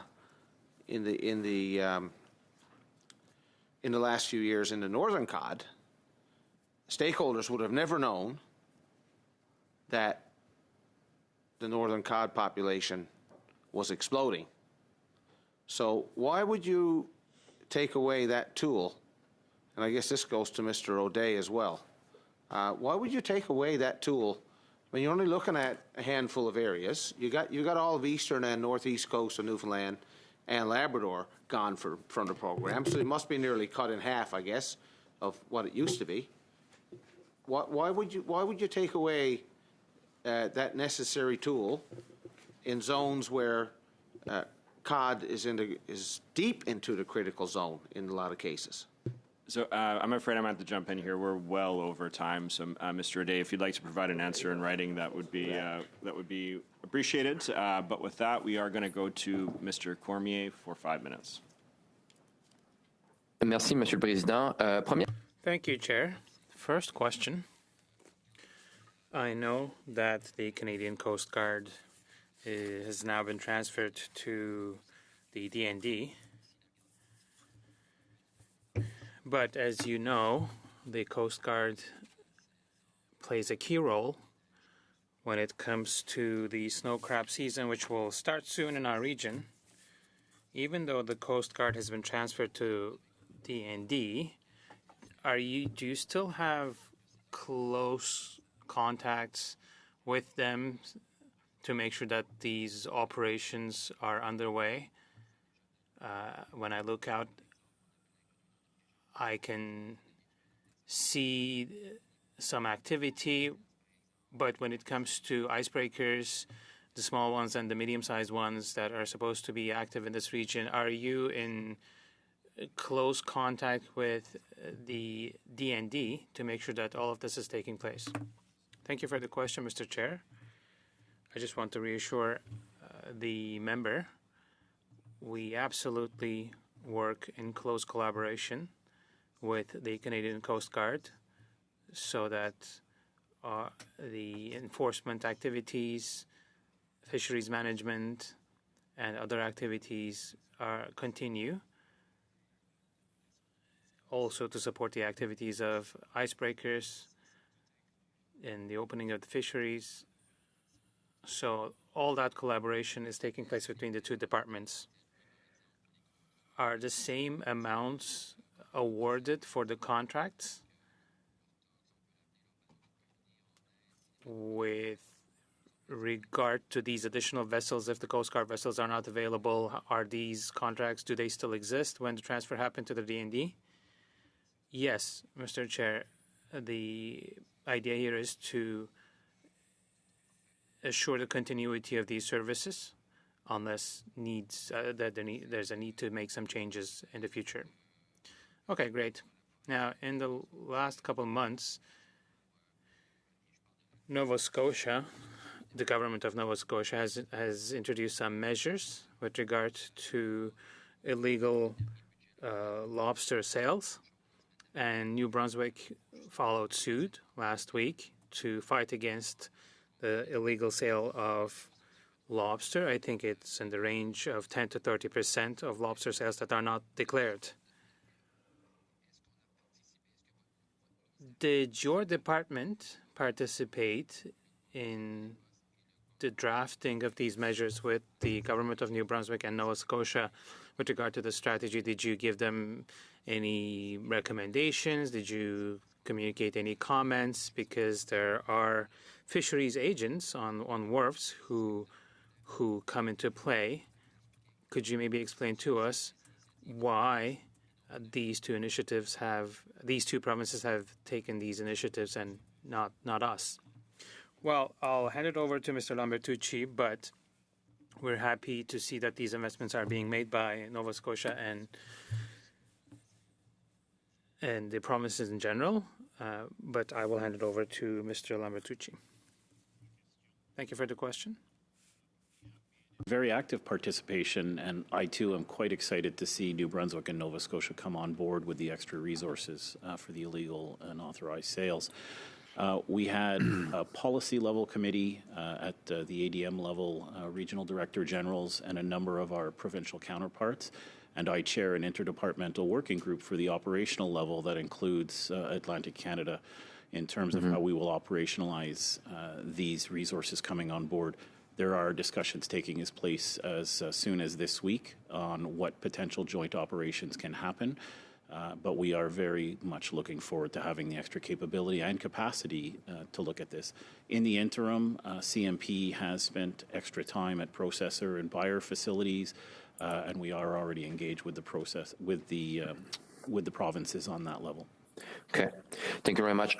And just because my colleague, Mr. Small, touched on it a little bit regarding the Atlantic salmon strategy, in case he doesn't remember, I have a motion and notice regarding a study, an important study that we need to do on Atlantic salmon, and I hope that they will support it. Can you talk a little bit about at what stage the strategy is right now on Atlantic salmon? Because it's an urgency, as you know. Like, where are you at with that? So we're at time here. If you could just have a quick answer.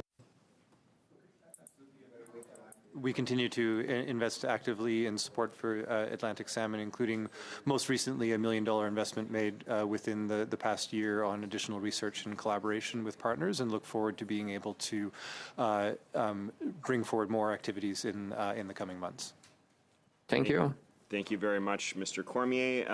Colleagues, just looking at the time, we're going to have an abridged last round here. We'll do 3.5, 3.5, and then 2.5 to wrap it up, and then we'll vote on the estimates. So with that, I will hand the floor over to Mr. Arnold for 3.5 minutes.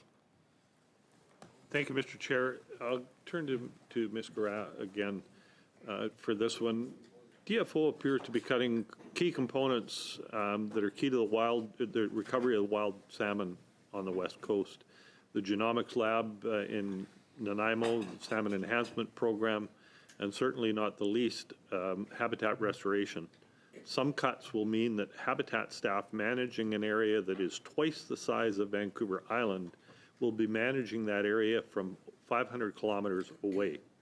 An area that produces some of the largest and strongest salmon, and ones that your department has identified as key to the recovery of the southern resident killer whales.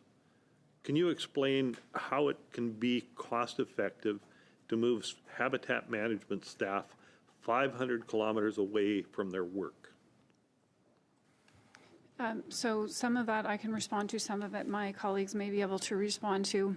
Again, I'm not sure of the specific example that you're referring to and the data that you're referring to there, but can reassure the President and members that we continue to make investments in Pacific salmon, both in science and in other parts of the department, and it remains a critical No, the business question line was, for and us it's very in terms clear, of- you're moving habitat management staff over 500 kilometers away from an area that's twice the size of Vancouver Island.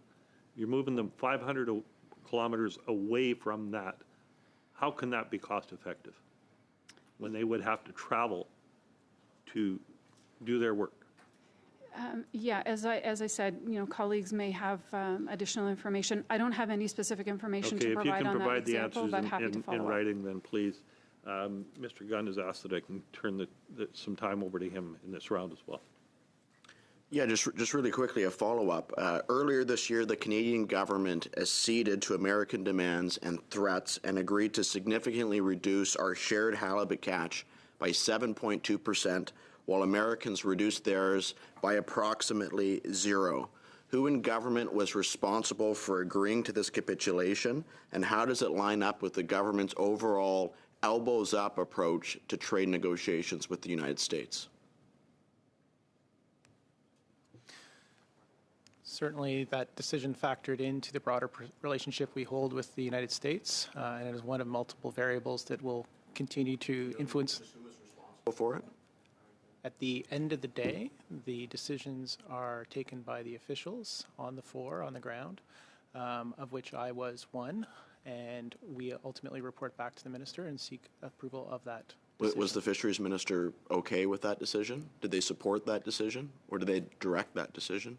In the context of the broader information and the decisions that were made at the time, that was the best decision at that time. It should be understood as well that decisions, we have industry members who participate with us in the consultation and in those negotiations and are attuned to the dynamics at play at those tables and play a part in the decisions that are I'm just wondering who's ultimately, like, how the decision-making part, like, who is ultimately responsible that makes the decision? So the minister sets the mandate, and officials execute on the mandate to the best of their ability. Thank you very much, Mr. Gunn. Next, we're going to go to Mr. Clausen for 3.5 minutes. Thank you, Mr. Chair. Thanks also to all the witnesses here today. In BC, I'm hearing a lot of talk about dredging in some of the harbors that harvesting is taking place, and I'm wondering whether the small craft harbor funding that the minister alluded to, if someone can expand on whether that would include dredging of some of these areas. Thank you for the question. The Small Craft Harbors program includes a diverse array of activities, including obviously the building and repair of the direct small craft harbor infrastructure, the disposition of assets that are no longer required, but also dredging activities, and those activities take place across the country in order to facilitate safe passage of fishing vessels. Is there anything you wanted to add, Mark?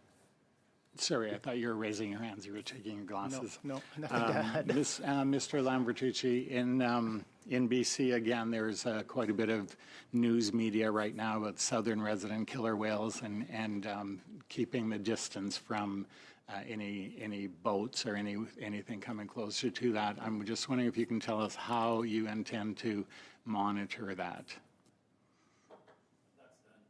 A combination of our aerial and on-water surveillance activities.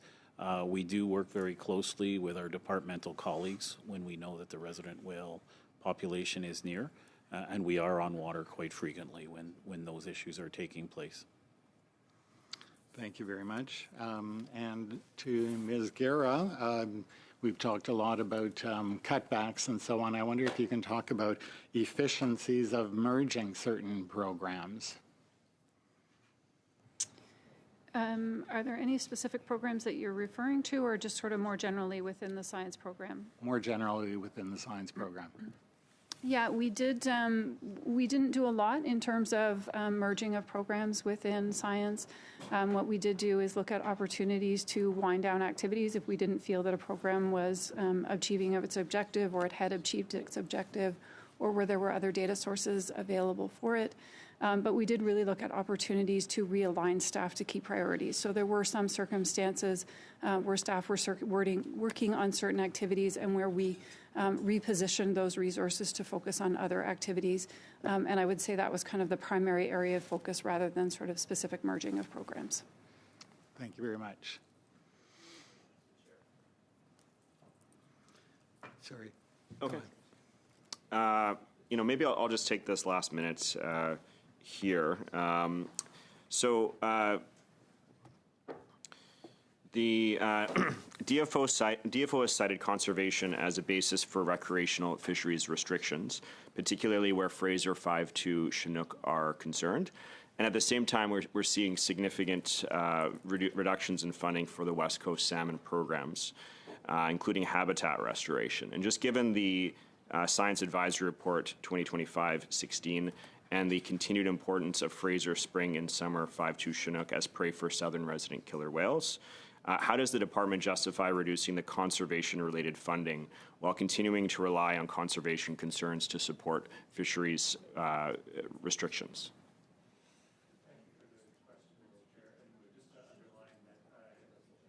Previous mentions that there is funding reflected in the mains, and then for certain temporary program, there may be future funding decisions to come that will be reflected in supplementary estimates and otherwise. I'll just underline that the measures to protect and conserve Pacific salmon remain a very fundamental priority of the department, and as colleagues around this table will recall, historic investments have been made over the past 5 years in restoring Pacific salmon populations right across the Pacific coast. Thank you very much, and I hope to see those continued as many of those are sunsetting. But with that, we are going to conclude. On va terminer avec Madame Gill pour. We're going to conclude this round of questions with Ms. Gill.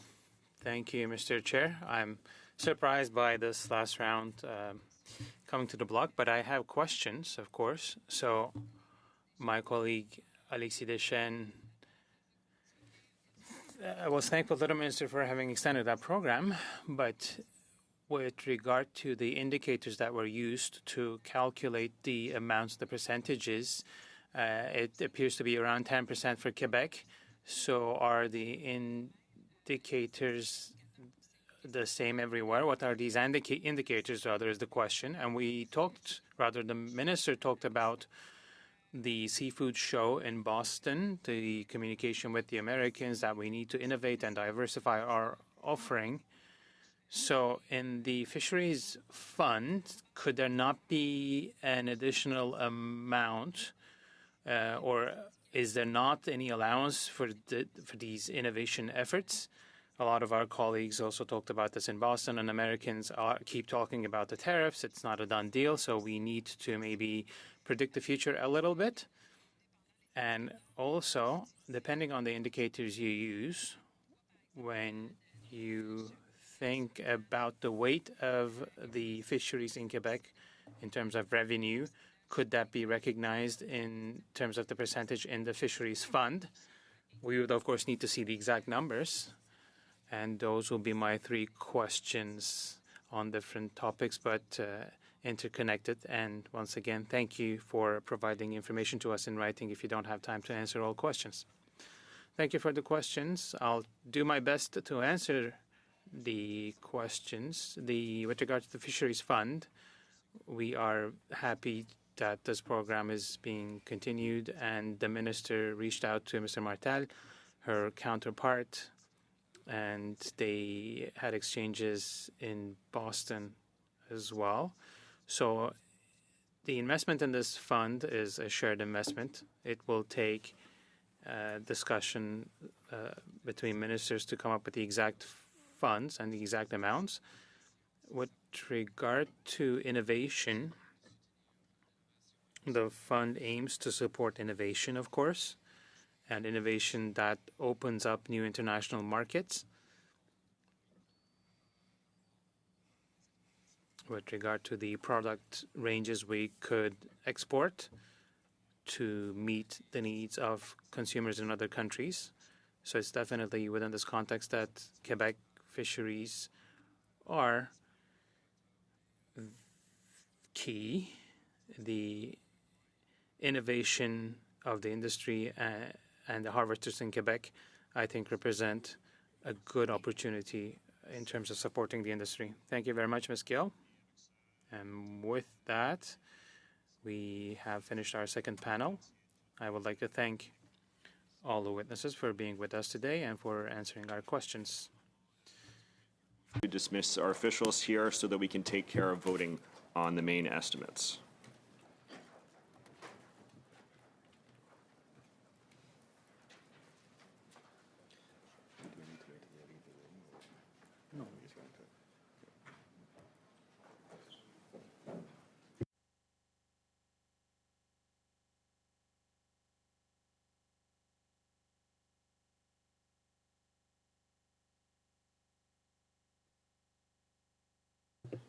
Okay, colleagues, does the committee wish to vote on the main estimates now? On division? Well, we just need to go through them very quickly. There's 3 votes in the main estimates. Unless anyone objects, seek the unanimous consent to group them together for a decision. Okay, so we consent, and so we're going to vote on them on division. Okay. Shall I report the main estimates to the House? Agreed. Okay. Okay, and just lastly, before we wrap here, you've all received a proposed budget for today's meeting. Is it the will of the committee to adopt it? Adopt it, okay. Finalement, notre prochaine réunion. And finally, our next meeting will be on Wednesday. We will begin our study on recreational and traditional fishing for soft shell clam. Adjourned.